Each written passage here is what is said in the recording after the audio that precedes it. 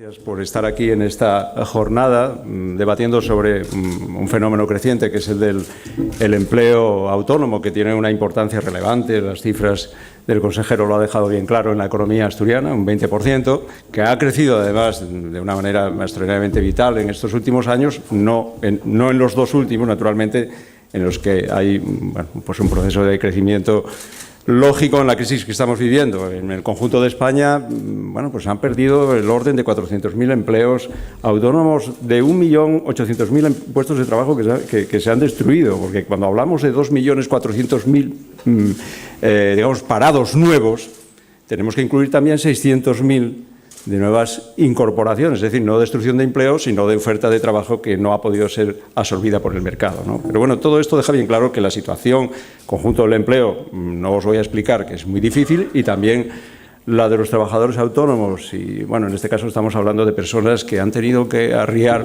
temporalmente pues la bandera de una iniciativa empresarial llevada a cabo con mucha ilusión y con mucho esfuerzo. Vendrán mejores tiempos, más pronto que tarde, todos estamos seguros, pero mientras tanto lo que no podemos parar es en ese afán de desarrollar el Estatuto de los Trabajadores Autónomos, que es un compromiso del partido y del Gobierno socialista, ¿no? Y buscar, sobre todo en tiempos de crisis en los que hablamos tanto de protección social, que esa protección que se proporciona a los autónomos pues sea cada vez más parecida, llega a ser equivalente, converja este régimen especial de los trabajadores autónomos con el régimen general, ¿no? Entonces, ahora que hablamos de protección y que hablamos de pensiones, porque yo quería referirme algo a ellas ahora con vosotros aquí, ¿no? Porque sobre esto se hace mucha demagogia.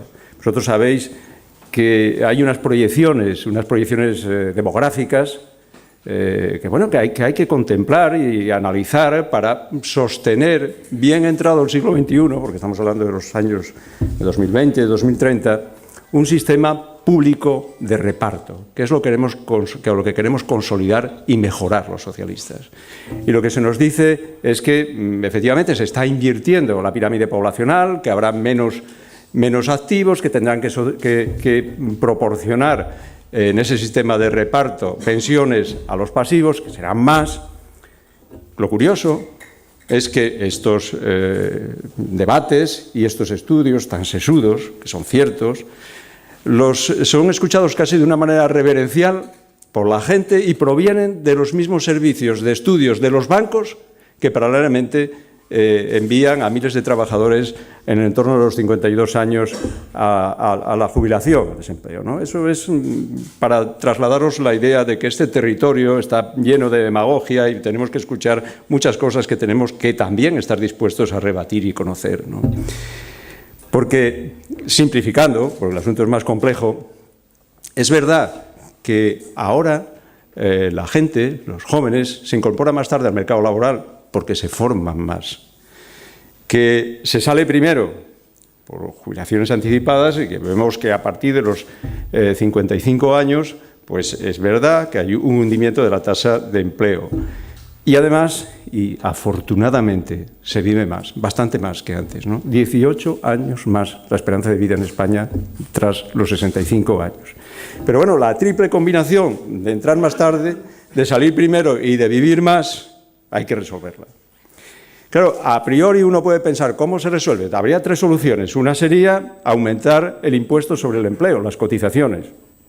Otra sería disminuir las percepciones. Y una tercera, aumentar el tiempo de jubilación, aumentar la edad de jubilación, que supondría pues, que se cotizaría 2 años más y esos 2 años, en lugar de recibir, se estaría contribuyendo, ¿no? Se percibiría 2 años menos. Bien, todo esto es más complejo que como os lo analizo, pero es verdad que parece, en principio, una solución más razonable.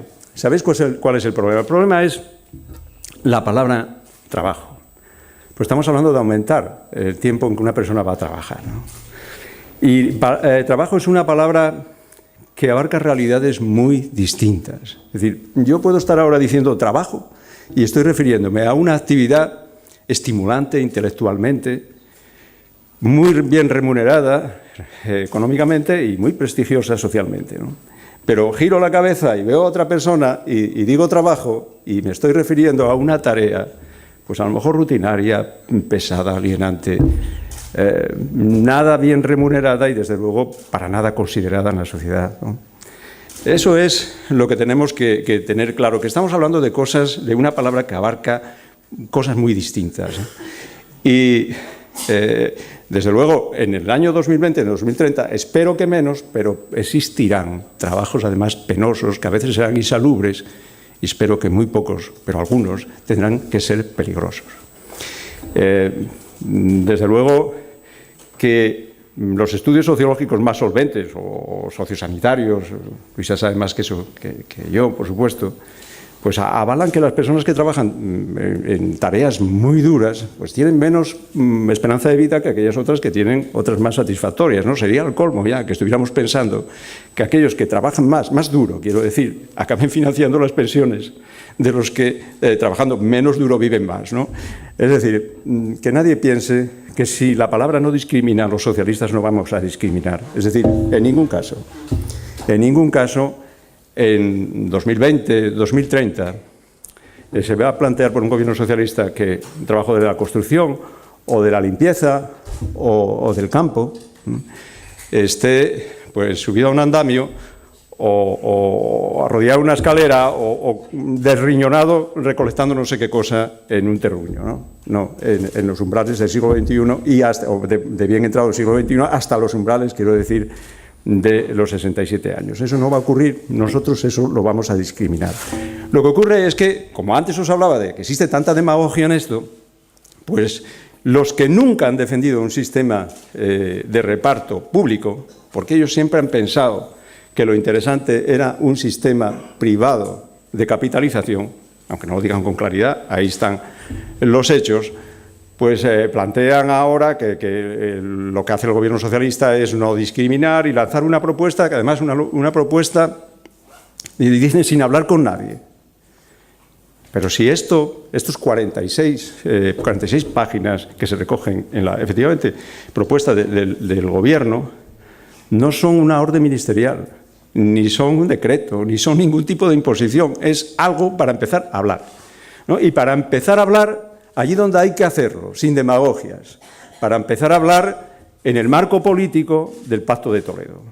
Eso es lo que hay que hacer y eso es lo que ha hecho el Gobierno. Y con toda la complejidad que luego envuelve estos debates, porque ahí están cómo son las bases de cotización, cómo se computan los años, si están indiciados o no al IPC, que ahora hay algunos que sí, los dos últimos que no, en fin, toda esa complejidad que no se puede transmitir en unas líneas que se envían para empezar un debate, ¿no? Tened por seguro que en ese debate las posiciones de los socialistas serán hacer estas discriminaciones que yo os comento para tener en 2020, en 2030, un sistema de pensiones sólido y estable y, desde luego, un sistema y un régimen general con el que bastante antes de ese tiempo, yo espero que converja el régimen especial de los trabajadores autónomos. Nada más y muchas gracias.